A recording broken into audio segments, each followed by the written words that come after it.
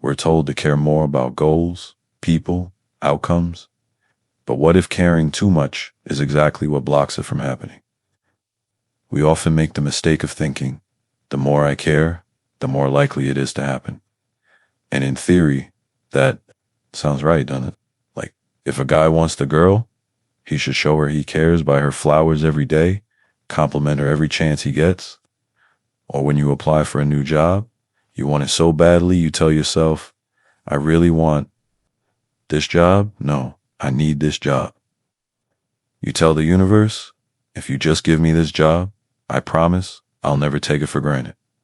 I'll show up on time. I'll give it everything. Or think about the person who starts at a new school. At the end of the night, they stay. Awake for hours, analyzing every detail. Did I say something wrong? Did they like me? Was I too loud? Too quiet? The common thread in all of these situations is simple. We care way too much about the circumstances around our lives now. I know what you're thinking. What's wrong with caring about my goals, my loved ones, or my future? See, caring isn't the problem. The problem is the weight you give it, the level of importance you attach to it, because in this universe, the amount of importance you place on something directly affects the outcome. Hi, does it seem like the things you care about the most never happen? But the things you barely even care about always seem to fall into your lap with ease. You apply for multiple jobs. For some of them, you apply and move on, telling yourself, I don't really care about this. I'm just applying. Whatever happens, happens. For others, you want it so badly you stay awake at night thinking about it.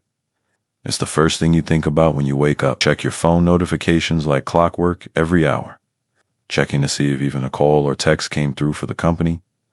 But it always seems like the job you cared about the most never pulls through.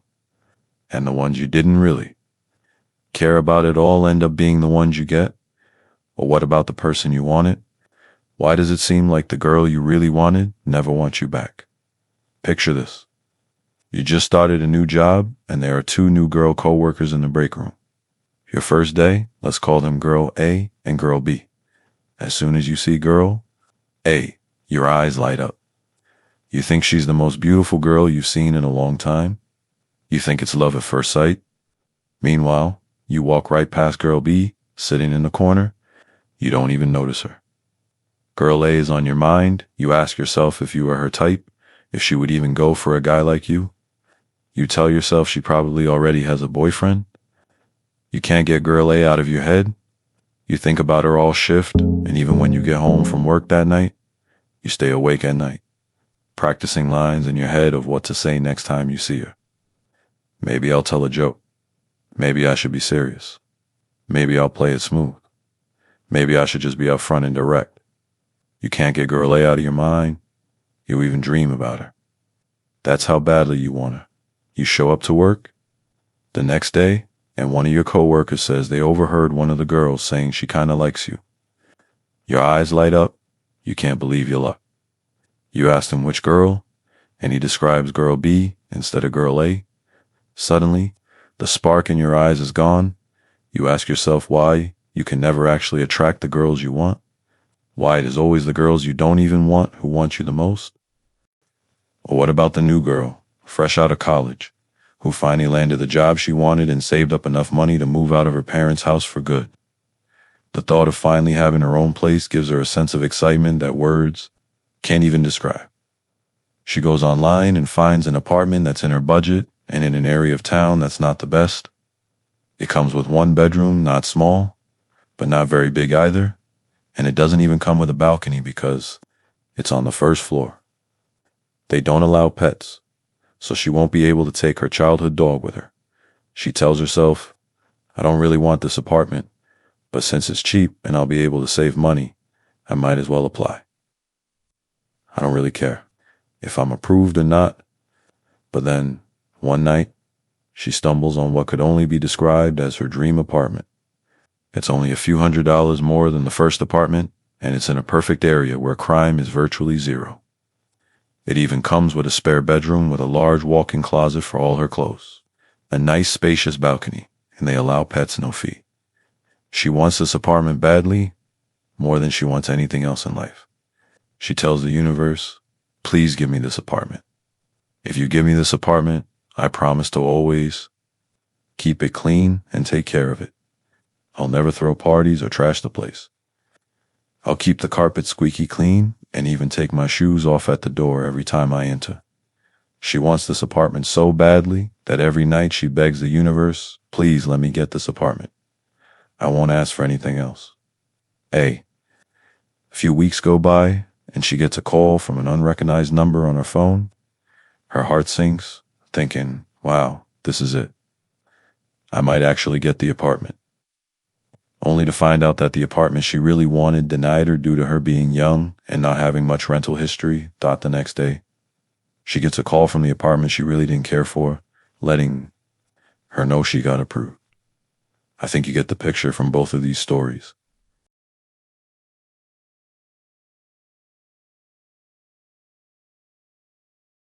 Caring too much is the direct opposition of manifestation. Now, I'm not saying you should go through life not caring. That's silly. That's not what I'm saying at all. What I am saying is this: caring way too much with a sort of desperation is a signal to the universe that you're not ready for whatever it is you care about so badly. Let me explain. Just stay with me. In order to manifest a goal, you have to not just care about the goal. You have to become the goal and align yourself with your goal. You have to be the version of yourself who already has that goal. You have to act as if you already have what you want. Remember the guy in the first story who was so obsessed with girl A? Now ask yourself if he already knew deep down in his heart that he could have her. Why was he so desperate and obsessed over her? See, in order to manifest a goal, and this could be anything, a person, an apartment, a job, a house, a car, more money, you have to become one with whatever you want. So you may be thinking, that makes zero sense. How can I become one with a house, or one with an apartment, or even one with a person? Let me explain. The universe can only give you what you already have internally. So when you see something you want in life, you have to make sure that every part of you aligns with what you want. That means your thoughts, your actions, your beliefs, your identity, your attitude, your mental image, your expectations, the list goes on. But it's not hard at all. Just act like whatever you want it.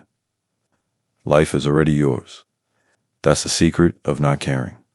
The reason you desperately don't want eyes is because you already have eyes to see. The reason you desperately don't want arms is because you have arms to search and click on this video. You already have them, and that's the mentality you have to have when it comes to your goals. Would somebody who has water in their hand desperately want a drink of water? Of course they wouldn't. It sounds silly, right? Because they already have the water. When you care about something way too much, you're telling yourself and the universe that you don't truly think you can have it, because if you knew you could have it, you wouldn't care as much. You would already know it's yours. Now this should all start to be making sense. The reason why it seems like the things you don't want fall into your lap with ease, while the things you actually want never pull through, is because deep down inside, you think you can actually have the things you don't want, but the things you actually want, you don't truly think you can have those things. The girl from the apartment story earlier knew that she could have the apartment she didn't want, since it was cheap and the area of town wasn't the best. But when it came to the apartment she really wanted, she was unsure.